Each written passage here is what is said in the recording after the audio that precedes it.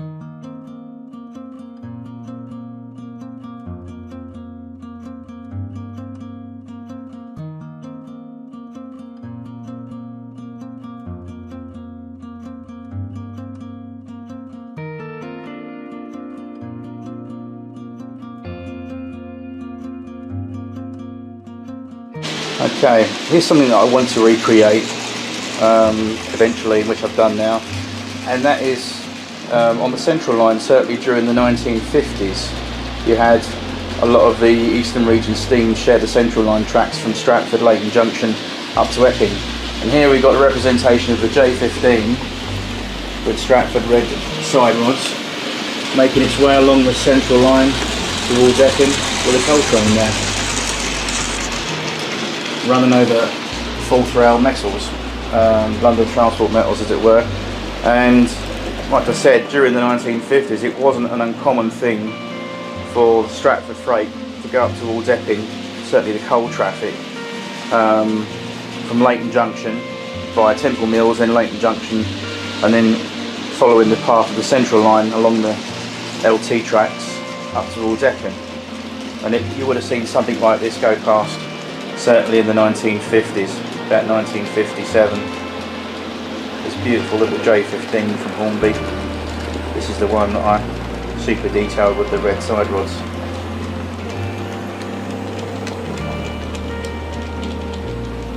And that is very much like what my mum used to tell me about, or has told me about in the past, of the story of Puffin Billy. Now, while I'm running these trains, I'll tell you the story of Puffin Billy, because it goes well with this, because this is a late 50s, early 60s layout on the Eastern Region. It's now got London Transport running. So one of the things that I'll share with you is the story of Puffin Billy. So go and get a cup of tea or coffee or whatever you choose to drink, and I'll see you in a moment. So, the story of Puffin Billy. Well, Puffin Billy was the nickname that my mum gave to one of the regular as clockwork evening freight services that used to go from Stratford via Leighton Junction up towards Epping. And every evening at 7 o'clock this engine would come along with its train, and there'd be a guard's van in the back of the train, and as it go past my mum's road, it would proceed to set the banker light. My mum lived in Claremont Road, which is no longer there, but is occupied now by the infamous M11 Link Road in Leytonstone. And where I grew up on Claremont Road was about 2 or 3 generations of my mum's family. Anyway, very similar to the shot you're seeing now. The train would come along about 7 o'clock in the evening. Normally, looking at records and books, it would have been something like this, a J15, certainly with coal traffic for Epping. And on the back was the guards van. Well, what used to happen along the line was the train would come along as mentioned, and on a hot dry summer's evening in about 1957 onwards, around that time period when those trains ran, you used to get very long hot summer evenings, certainly very dry weather where it hadn't rained, and of course the sparks from the engine used to set the banker light, and then the fire engines would come round and my mum would get to stay up an extra little bit just to watch the drama unfold, the fire engines putting the fire out along the side of the bank there where the train had been. So that's the story of Puffin Billy. But in reality, Puffin Billy normally would have been a J15 like this engine here, coming around here past the camera shop on its way from Stratford up to Epping for the coal traffic. And looking at my really good reference books on the Great Eastern and steam around the Great Eastern area of London, certainly from Stratford through Buckhurst Hill and up to Epping, you would have seen a mixture of these trains running. And it wasn't uncommon for the Great Eastern to run these services, certainly with the mainline services also through the South End, behind these maroon Gresley coaches.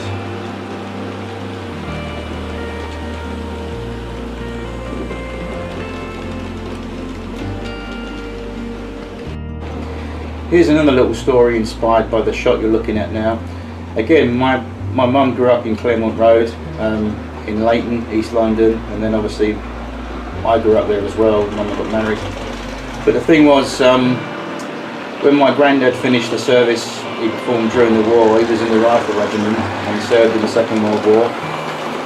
When he came home in 1945, in 1946, after the war, the year after, they started work again on extending the Central Line east from Stratford towards Epping as part of the 1947 New Works programme from London Transport. Anyway, if you look at the shot here where the cable runs and the fourth row in the shot there, it brings to mind a very funny story that my mum told me many years ago that I like to share with everybody watching. In that when my granddad finished service in the war, as mentioned, 1946, his house, which was a few doors along at number 66, we lived at number 62 Claremont Road, and my grandparents lived at number 66.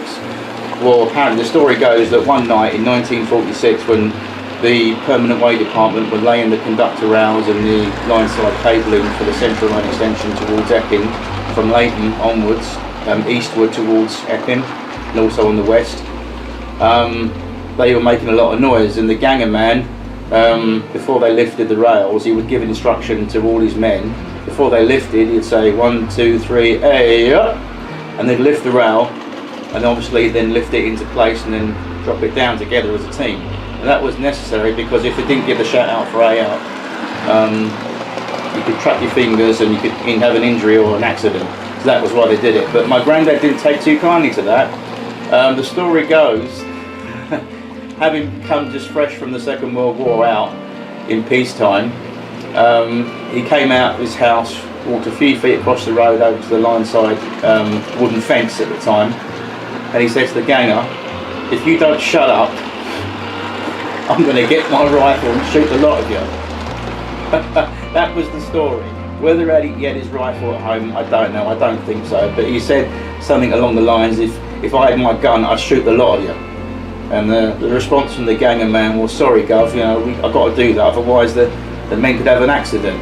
But that was the funny story that I was told about that.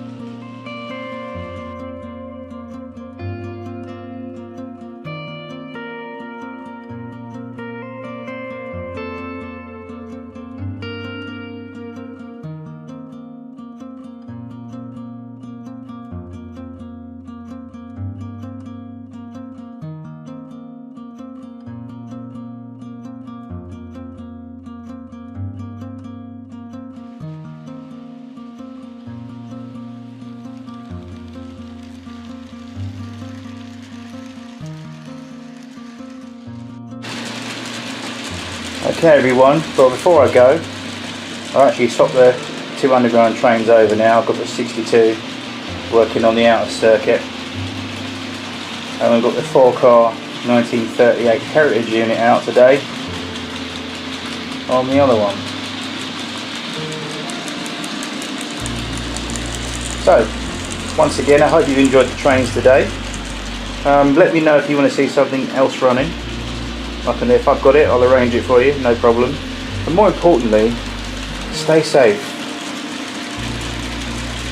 Keep your chin up.